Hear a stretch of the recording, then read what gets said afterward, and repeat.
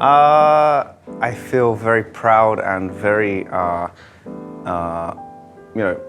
of the team because I think that Tabelog is one of the most foremost authorities on cuisine in Japan, and it's a true reflection of what the Japanese public, the dining public, really think of your restaurant and your food.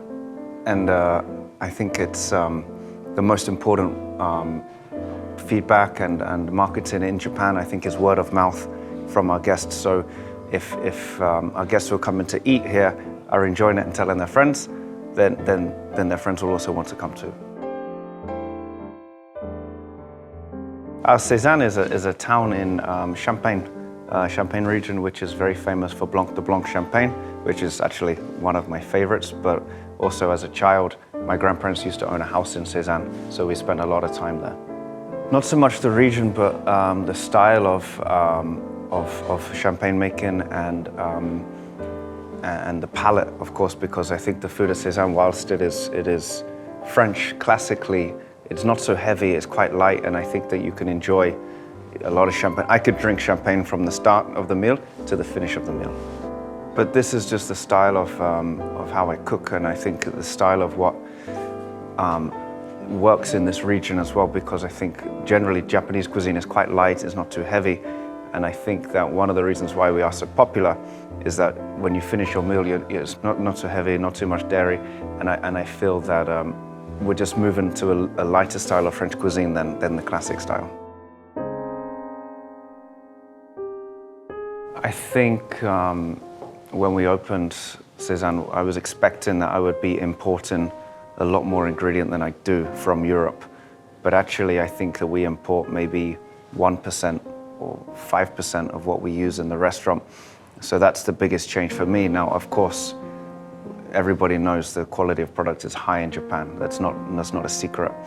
But I think that we've been working hard in order to use the product in a Western style, which is not so easy with a Japanese product because it's not the same as Europe, but you just have to understand how to use it. And I think a part of Japanese culture and food culture in particular is actually appreciating the small things, the small detail, like beautiful mikan from your hometown, or strawberries, or the first matsutake of the season, or everybody's excited for hotare ika, for example. Whereas in Europe, people are more excited about how big the truffle is, or how much caviar is on top of the food. Whereas in Japan, the guest is appreciating the small subtleties of seasonal change. I think the most important, when I was younger, I thought that working and training was the most important, and learning in the kitchen.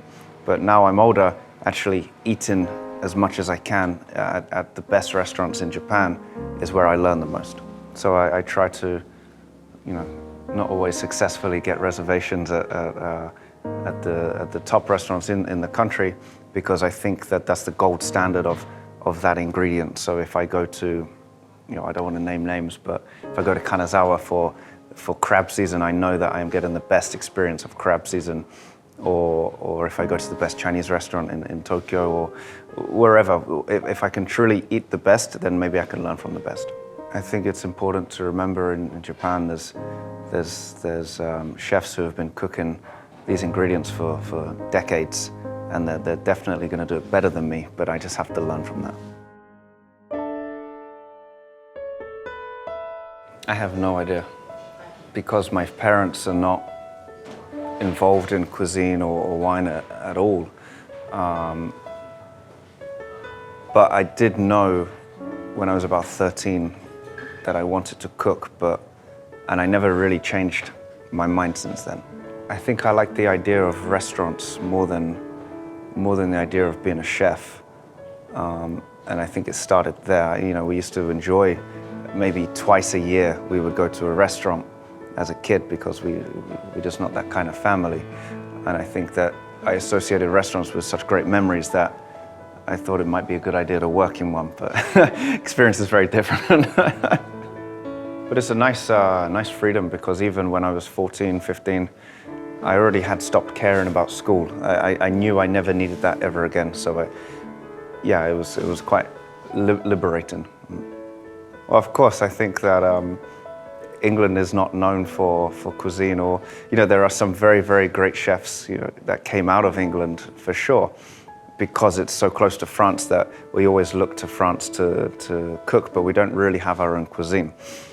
But I did know very quickly that if I wanted to become as great as I want to be, that I had to leave England and work in the very best restaurants in the very best restaurant cities in the world.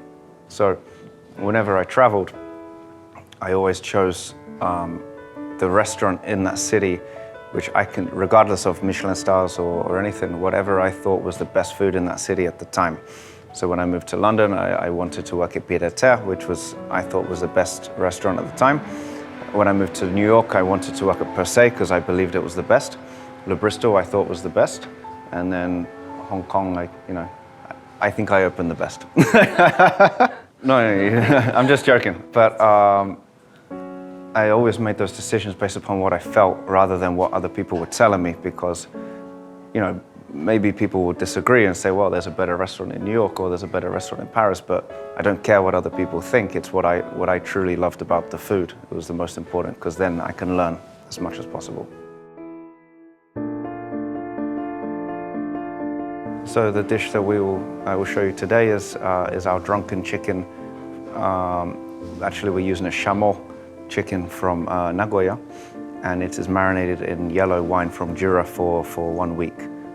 The idea of this dish is based upon the Shanghainese classic drunken chicken, which is submerged in the Shaoxing wine in China, and basically it's our Western interpretation of the Chinese classic. We use oxidized yellow wine from Jura instead of Shaoxing wine. The specific taste would be a heavy oxidation of the grapes, very rich, slight acidity, but a lot of butter.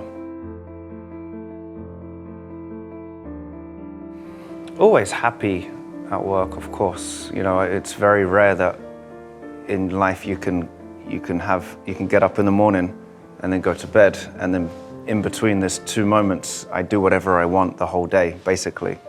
But the happiest is when we come up with a new idea or a new dish or something we've been working on, and we finish it, and then a guest is eating it for the first time, and then that's very rewarding.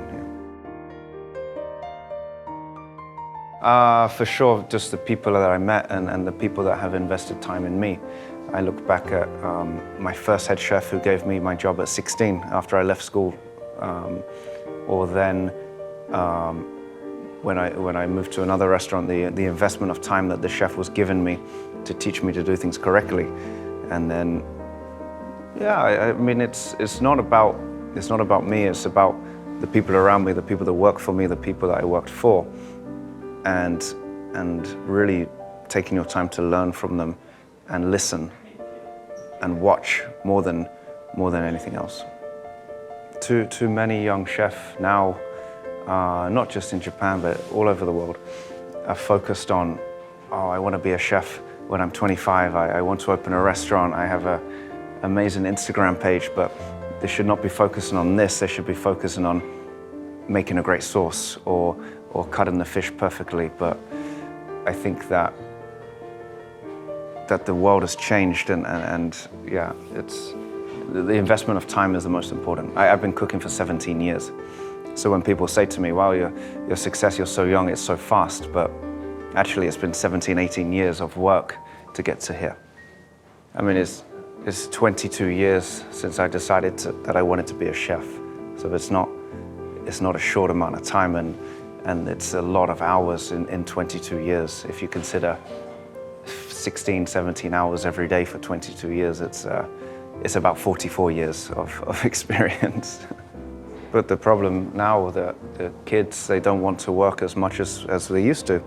So when I was 24, I was working 16 hours a day, but these kids are working 8 hours a day. So they are actually receiving 50% of the experience that the older generation were getting. So yeah, it's a good thing, of course, that people are working less, but in this job, you have to invest more time.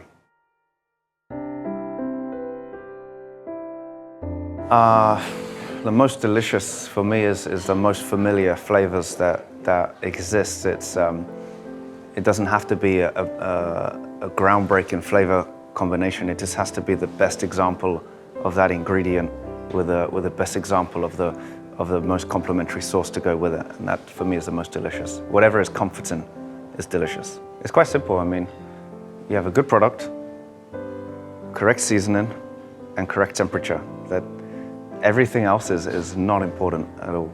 Yeah. I would like to, there's a few dishes, maybe around 10 since we opened SÉZANNE, that I think are truly unique. And we've done hundreds of dishes since we opened, but there's only a certain amount that I believe are really completely unique and original, and really showcase our personality in the best way. And my vision is that I can get my whole cuisine exactly the same. Basically, I want, when people come to eat my cuisine, I want people to sit down, look at it, and know, okay, that's Daniel Calvert.